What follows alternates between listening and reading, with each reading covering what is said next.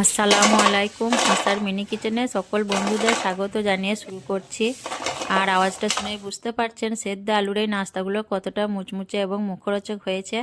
আর এই নাস্তাগুলো সন্ধ্যে স্ন্যাক্স হিসেবেও ব্যবহার করতে পারেন এবং বাড়িতে হঠাৎ করে মেহমান এলেও চায়ের সঙ্গে তাদের জন্য ঝটপট করে বানিয়ে নিতে পারবেন।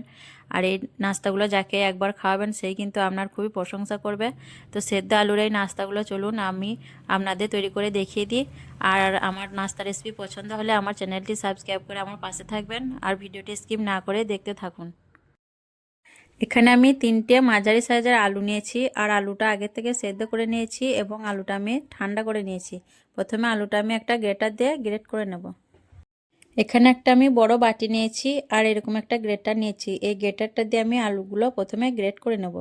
তো যেদিকে ছোট ছোট ছিদ্র আছে সেই দিক দিয়ে আলুটা আমি গ্রেট করে নিচ্ছি। আলুটা গ্রেট করে নিলে খুব ভালোভাবে ম্যাশ হবে, এতে করে আলুর কোনো গুটি দানা থাকবে না।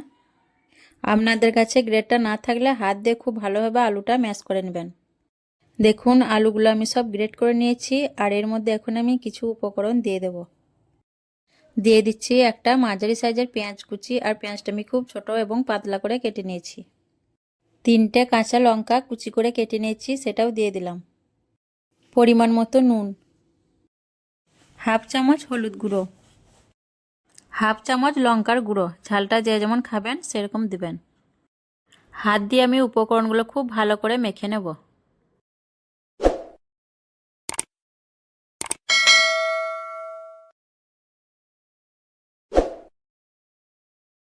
দেখুন আলুটা আমি খুব ভালো করে মেখে নিয়েছি আর এখন আমি বাইন্ডিংয়ের জন্য এর মধ্যে বেসন দিয়ে দেব। দিয়ে দিচ্ছি বড় চামচে 2 চামচ বেসন, আর দিয়ে দিচ্ছি 1 চামচ চালের আটা এবং দিয়ে দিচ্ছি ধনেপাতা কুচি। আর এখানে যে পরিমাণে বেসন নেবেন তার অর্ধেক চালের আটা দিবেন, তাহলে নাস্তাগুলো খুবই মুচমুচে এবং ক্রিস্পি হবে। দিয়ে আমি হাত দিয়ে খুব ভালো করে আবার উপকরণগুলো খুব ভালো করে মিশিয়ে নেব। এখানে কিন্তু আমি আর বেসন বা আটা আর দিচ্ছি না, যেহেতু আমি আলুর পরিমাণ হিসেবে চামচ দিয়ে মেপে নিয়েছি। আপনারাও তৈরি করলে এইভাবে আলুর পরিমাণ হিসেবে বেসন এবং আটাটা মেপে নেবেন। দেখুন আলুটা আমি খুব ভালোভাবে মেখে একটা শক্ত ডো বানিয়ে নিয়েছি। আর এখন দিয়ে দিচ্ছি আমি 3 চামচ সাদা তেল। তেলটা কিন্তু অবশ্যই দিতে হবে, আর এখানে চাইলে সরষের তেলও দিতে পারেন, আমি সাদা তেল দিয়ে দিচ্ছি। তেল দেওয়ার পর আমি খুব অল্প পরিমাণের পানি দিয়ে ডোটা অল্প অল্প করে মেখে নেব। এখানে কিন্তু বেশি পানি দেওয়ার দরকার নাই, 4 চামচে 2-3 চামচ পানি দিলেই হয়ে যাবে। দিয়ে ডোটা খুব ভালো করে মেখে নেব।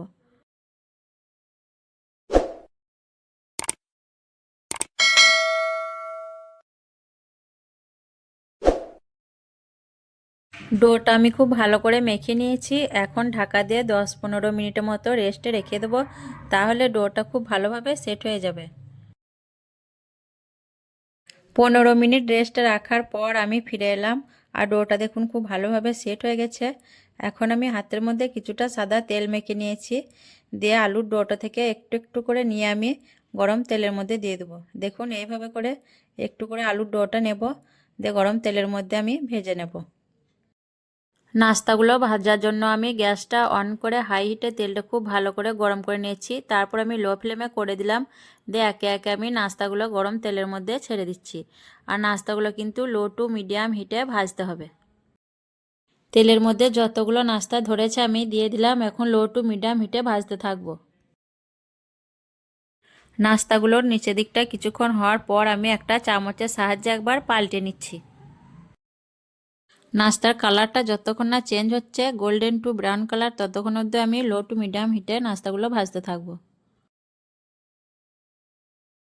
নাস্তাগুলো আমি বেশ কিছুক্ষণ উল্টে পাল্টে লো টু মিডিয়াম হিটে ভেজে নিয়েছি। আর নাস্তার কালারটা দেখুন গোল্ডেন ব্রাউন কালার হয়ে গেছে, নাস্তাগুলো ভাজা হয়ে গেছে। এখন আমি একটা ঝাঁঝরা দিয়ে তুলে নিচ্ছি আর তেলটা ভালো করে ঝরিয়ে নেব, দিয়ে নাস্তাগুলো আমি তুলে নেব।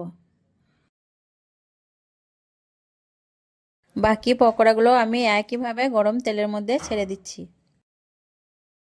এই পকোড়াগুলো আমি একইভাবে উল্টে পাল্টে লো টু মিডিয়াম হিটে ভেজে নিয়েছি। পকোড়াগুলো ভাজা হয়ে গেছে, এখন তুলে নিচ্ছি। সেদ্ধ আলু দিয়ে নাস্তা বা স্ন্যাক্স রেসিপি কেমন লেগেছে অবশ্যই কমেন্টে জানাবেন। ভালো লাগলে লাইক করবেন, শেয়ার করবেন, আর বাড়িতে অবশ্যই একবার ট্রাই করে দেখবেন। খুবই মুখরোচক একটি রেসিপি। আর ভালো লাগলে আমার চ্যানেলটি সাবস্ক্রাইব করে আমার পাশে থাকবেন। আসবো আবারও অন্য কোনো রেসিপি নিয়ে। আল্লাহ হাফেজ।